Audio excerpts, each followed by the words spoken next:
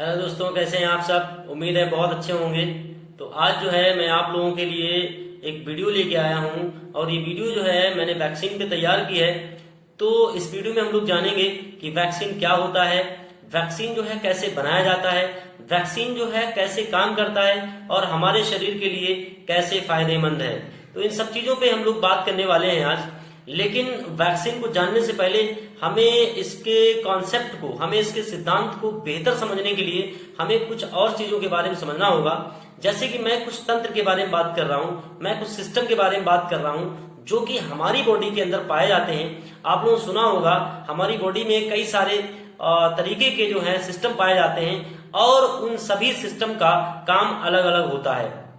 जैसे कि आप लोगों ने सुना होगा सर्कुलेटरी सिस्टम होता है, रिस्पिरेटरी सिस्टम होता है, एक्सक्रीटरी सिस्टम होता है।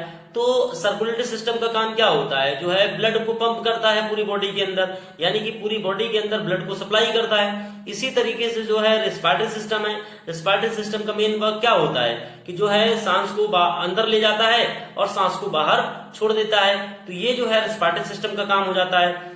तो इसी तरीके से एक्सक्रीटरी सिस्टम होता है। एक्सक्रीटरी सिस्टम का मेन वर्क क्या होता है कि हमारी बॉडी में जो वेस्ट मटेरियल है, जैसे स्वेट का फॉर्मेशन होना या फिर यूरिन का बनना, तो जो क्या होता है बन के जो है बॉडी से बाहर निकल जाता है। तो ये सब किस में आता है, ये जो है हमारा एक्सक्रीटरी सिस्टम के अंतर्गत आता है। इसी तरीके से हमारी बॉडी में एक सिस्टम होता है डिफेंस सिस्टम या इम्यून सिस्टम, या उसको प्रतिरक्षा तंत्र के नाम से भी जानते हैं। तो ये प्रतिरक्षा तंत्र जो है, प्रतिरक्षा तंत्र एक ऐसा तंत्र है जो हमारे शरीर को बहुत सारी बीमारियों से लड़ने की ताकत देता है और इस ताकत को, इस कैपेसिटी को, इस क्षमता को हम इम्यूनिटी बोलते हैं। ठीक है, तो इम्यूनिटी जो है वो दो टाइप का होता है। एक होता है हमारा पैसिव इम्यूनिटी और एक होता है एक्टिव इम्यूनिटी। देखिए पैसिव इम्यूनिटी की अगर हम बात करें तो देखिए होता क्या है कि इसमें जो है transfer of antibodies from one person to another person, ये क्या कहलाता है, ये पैसिव इम्यूनिटी के अंतर्गत आता है। मतलब ये हुआ कि एक पर्सन से दूसरे पर्सन में एंटीबॉडी का ट्रांसफर करना क्या कहलाता है, पैसिव इम्यूनिटी कहलाता है। तो ये इसको मैं कुछ एग्जांपल के द्वारा समझाना चाहूंगा। जैसे कि ये दो तरीके से होता है। एक होता है हमारा नेचुरल तरीका जिसको हम प्राकृतिक तरीका बोलते हैं। दूसरा जो तरीका होता है वो हमारा आर्टिफिशियल तरीका होता है या कृत्रिम तरीका कहलाता है। तो नेचुरल तरीके में क्या होता है, जैसे कि मान लीजिए एक छोटा बच्चा है और वो मिल्क फीड कर रहा है मदर से, तो क्या होता है कि मदर की बॉडी में जो एंटीबॉडीज बने होते हैं, यानी कि मदर के मिल्क में जो एंटीबॉडीज होते हैं, तो वो क्या होता है मिल्क के द्वारा उस बच्चे में ट्रांसफर हो जाते हैं और बच्चे को बहुत सारी इम्यूनिटी प्रोवाइड करते हैं। ठीक है, तो ये क्या हो जाता है, ये पैसिव इम्यूनिटी का एक नेचुरल एग्जाम्पल है। इसी तरीके से जो है जब बच्चा पेट में होता है, जब बच्चा डेवलपमेंट यानी कि एम्ब्रियोनिक डेवलपमेंट हो रहा होता है, उसको फीटस बोलते हैं, तो उसमें भी क्या होता है मदर एंटीबॉडीज जो हैं वो फीटस की बॉडी में जाती है थ्रू द प्लेसेंटा। तो ये किसमें आ जाता है, ये नेचुरल पैसिव इम्यूनिटी के अंदर आ जाता है। दूसरा है आर्टिफिशियल पैसिव इम्यूनिटी की बात अगर हम करें तो आर्टिफिशियल पैसिव इम्यूनिटी में क्या होता है कि इसमें या तो लेबोरेटरी के अंदर जो है ऑलरेडी प्रिपेयर्ड एंटीबॉडीज हैं, ठीक है, या फिर जैसे अभी आप लोग देखा होगा प्लाज्मा थेरेपी बड़ा अच्छा एग्जांपल है।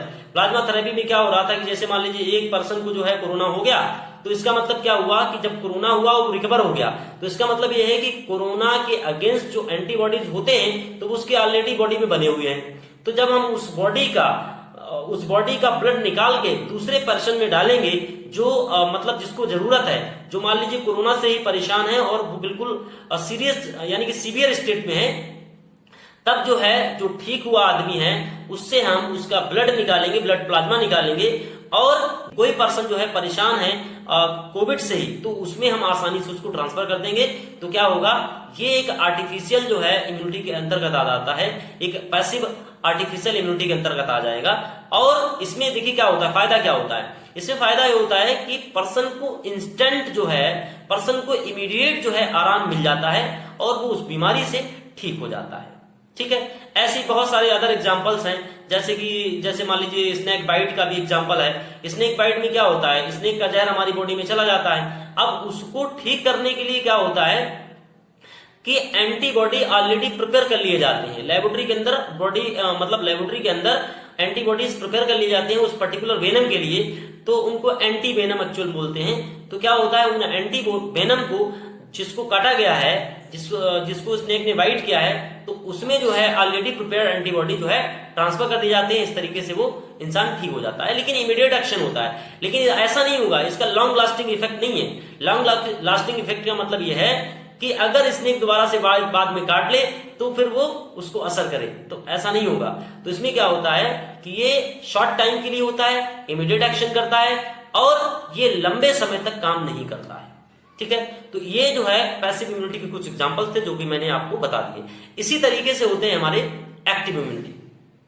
तो एक्टिव इम्यूनिटी का मतलब यह है, एक्टिव इम्यूनिटी जो है लॉन्ग लास्टिंग है और स्लो इसका रिस्पॉन्स रहता है, यानी कि इसका रिस्पॉन्स तो बहुत धीरे है लेकिन इसका फायदा बहुत लॉन्ग टाइम तक दिखता है। जैसे मैं इसमें बात करने वाला हूं, तो ये भी दो तरीके का होता है। एक होता है नेचुरल तरीका, मींस नेचुरल एक्टिव इम्यूनिटी, और दूसरा होता है आर्टिफिशियल एक्टिव इम्यूनिटी। तो नेचुरल एक्टिव इम्यूनिटी जो है, इसका सबसे अच्छा एग्जांपल जो है इन्फेक्शन, और आर्टिफिशियल जो है एक्टिव इम्यूनिटी, उसका सबसे एग्जांपल अच्छा है वैक्सीन। तो हम लोग बात करेंगे एक्टिव नेचुरल इम्यूनिटी, मतलब इन्फेक्शन की बात करेंगे। तो देखिए क्या होता है, जैसे मान लीजिए आपको किसी चीज का इन्फेक्शन हो गया, आपको मान लीजिए जो है इन्फ्लुएंजा यानी कि फ्लू इन्फेक्शन हो गया, या आपको मान लीजिए जुकाम हो गया, या आपको कुछ भी मान लीजिए आपको कॉलरा हो गया, तो उसमें क्या होगा कि आपकी बॉडी में वो पैथोजन चला गया। ठीक है, अब क्या करेगी आपकी बॉडी, उससे रिकवर हो जाएगी। ठीक है, तो जब आपकी बॉडी रिकवर हो जाएगी तो क्या होगा कि आपकी बॉडी में उन वायरस के अगेंस्ट या उन बैक्टीरिया के अगेंस्ट जो आपको इन्फेक्शन किए थे, तो उनके खिलाफ जो है हमारी बॉडी में एंटीबॉडी बन जाएंगे। ठीक है, अब अगर कुछ टाइम के बाद, 2 महीने के बाद, 3 महीने के बाद, 5 महीने के बाद अगर वो इन्फेक्शन हमको दोबारा से होता है, तो क्या होता है कि हमको इतनी आसानी से नहीं हो पाएगा। क्या होगा कि हमारी बॉडी में ऑलरेडी उसके लिए, उस पर्टिकुलर पैथोजन के लिए यहाँ पे जो है एंटीबॉडीज मौजूद हैं और वो एंटीबॉडीज जो है उसको आसानी से खत्म कर देंगी। तो ये एक नेचुरल तरीका ये जो है इम्यूनिटी डेवलप करने का, वो है इन्फेक्शन। अच्छा, दूसरा जो तरीका है वो वैक्सीन का है। तो देखिए हम लोग वैक्सीन की अगर बात करें तो सबसे पहले वैक्सीन को पढ़ने से पहले हम जो है वैक्सीनेशन थ्योरी या वैक्सीनेशन पद्धति, या इसको टीकाकरण पद्धति कहते हैं, तो इसकी हम बात करते हैं। तो टीकाकरण पद्धति की अगर हम बात करें, वैक्सीनेशन थ्योरी की बात करें, तो ये थ्योरी जो है सबसे पहले एक साइंटिस्ट हैं एडवर्ड जेनर। एडवर्ड जेनर ने जो है 1798 में टीकाकरण की पद्धति को प्रारंभ किया और यहीं से जो है टीकाकरण या वैक्सीनेशन थ्योरी शुरू हो गई। तो अब हम बात करते हैं वैक्सीन की। देखिए वैक्सीन क्या होता है, ये एक टाइप के पैथोजन ही होते हैं, जैसे कि बैक्टीरिया हो सकते हैं, ये वायरस हो सकते हैं, या उनकी प्रोटीन हो सकते हैं, या मान लीजिए उनकी लिपिड्स हो सकते हैं, या पॉलीसैकेराइड्स हो सकते हैं। लेकिन होंगे कैसे, ये इनएक्टिवेटेड फॉर्म में होंगे। तो जब इनको हमारी बॉडी में डाला जाता है तो क्या होता है कि हमारी बॉडी जो है इनके अगेंस्ट वर्क करना शुरू कर देती है। इस तरीके से जो है हमारी इम्यूनिटी डेवलप हो जाती है किसी भी पर्टिकुलर पैथोजन के लिए। तो वैक्सीन का अगर हम बिल्कुल सिंपल शब्दों में कहें तो इसका मतलब क्या होता है कि हम अपने इम्यून सिस्टम को ट्रेंड कर रहे हैं, हम अपने इम्यून सिस्टम को एजुकेट कर रहे हैं, उसको सिखा रहे हैं कि अगर कोई बीमारी इसी टाइप की आती है तो आप उससे आसानी से लड़ सकेंगे।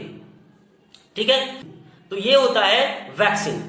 अब हम बात करेंगे वैक्सीन के प्रकार की, यानी कि वैक्सीन कितने प्रकार के होते हैं, टाइप्स कितने होते हैं। तो वैक्सीन की टाइप की अगर बात करें तो बहुत सारे टाइप्स होते हैं, लेकिन यहाँ पे जो इंपॉर्टेंट हैं, जो जरूरी हैं, तो उन टाइप्स की हम बात करेंगे। तो सबसे पहले बात करते हैं लाइव एटीन्यूटेड वैक्सीन की। तो लाइव एटीन्यूटेड वैक्सीन में क्या होता है कि पूरा का पूरा जो पैथोजन होता है, चाहे बैक्टीरिया हो, चाहे वायरस हो, या चाहे कोई अदर पैथोजन हो, उसकी ग्रोथ को स्लो कर दिया जाता है। और स्लो करने के बाद मतलब अगर वो ह्यूमन बॉडी में डाला जाएगा तो वो बहुत स्लो ग्रोथ करेगा, मतलब वो डिजीज कॉज नहीं कर पाएगा। उसकी डिजीज कॉज करने की क्षमता को जो है लेबोरेटरी में ही खत्म कर दिया जाता है, तब जो है ह्यूमन बॉडी में डाला जाता है। तो ऐसे वैक्सीन को जो है लाइव एटीन्यूटेड वैक्सीन कहते हैं। तो उसमें क्या होता है कि वो हमारी बॉडी जो है उसके अगेंस्ट जो है वर्क करना शुरू कर देगी और जो है इम्यूनिटी डेवलप कर लेगी। इसी तरीके से दूसरा जो होता है इनएक्टिवेटेड वैक्सीन होता है। इनएक्टिवेटेड वैक्सीन में क्या होता है, किसी पैथोजन को, देखिए लाइव एटीन्यूटेड और इनएक्टिवेटेड वैक्सीन जो है ये एक ही टाइप के लगभग होते हैं। इसमें जैसे कि लाइव एटेन्यूएटेड में होल वायरस या होल बैक्टीरिया मतलब होल पैथोजन को बॉडी में इंजेक्ट किया जाता है, ऐसे ही इनएक्टिवेटेड वैक्सीन में जो है होल पैथोजन को बॉडी में इंजेक्ट किया जाता है। लेकिन यहां पर क्या होता है, यहां पर पैथोजन को मार दिया जाता है, उसको हीट किल्ड कर दिया जाएगा, यानी कि उसको हीट से किल्ड कर दिया जाएगा, या फिर उसको किसी केमिकल के द्वारा जो है उसको खत्म कर दिया जाएगा, मतलब उसकी पैथोजेनिसिटी भी खत्म हो जाएगी, तब उसको हमारी बॉडी में डाला जाता है। लेकिन बॉडी तो पैथोजन ही समझती है, तो क्या करती है बॉडी, उसके अगेंस्ट जो है वो एंटीबॉडी प्लस मेमोरी सेल का फॉर्मेशन करना शुरू कर देती है। इसी तरीके से होते हैं सब यूनिट वैक्सीन। सब यूनिट वैक्सीन में होल पैथोजन को ना इस्तेमाल करके यहाँ पे क्या किया जाता है, छोटा सा पार्ट ले लिया जाएगा, उसका प्रोटीन पार्ट ले लिया जाएगा, उसका लिपिड ले लिया जाएगा, या बैक्टीरिया के केस है तो उसका सेल वॉल ले लिया जाएगा, या कुछ भी उसका पार्ट ले लिया जाएगा और उसको हमारी बॉडी में इंजेक्ट कर दिया जाएगा और वो इम्यूनिटी को डेवलप करेगा। ऐसे जो है एक होते हैं न्यूक्लिक एसिड वैक्सीन। तो न्यूक्लिक एसिड वैक्सीन जो है ये दो टाइप के होते हैं, एक होते हैं आरएनए वैक्सीन, एक होते हैं डीएनए वैक्सीन। अगर वैक्सीन के रूप में डीएनए को इस्तेमाल किया जा रहा है तो डीएनए वैक्सीन कहलाएगा, अगर आरएनए को इस्तेमाल किया जाए तो आरएनए वैक्सीन कहलाएगा। तो कोविड-19 के केस में जो वैक्सीन दिया जा रहा है तो वो एक्चुअल में एमआरएनए वैक्सीन है, यानी कि आरएनए कैटेगरी है, आरएनए वैक्सीन की कैटेगरी है। तो अब जो है हम लोग समझेंगे कि वैक्सीन जो है हमारे शरीर में कैसे काम करता है।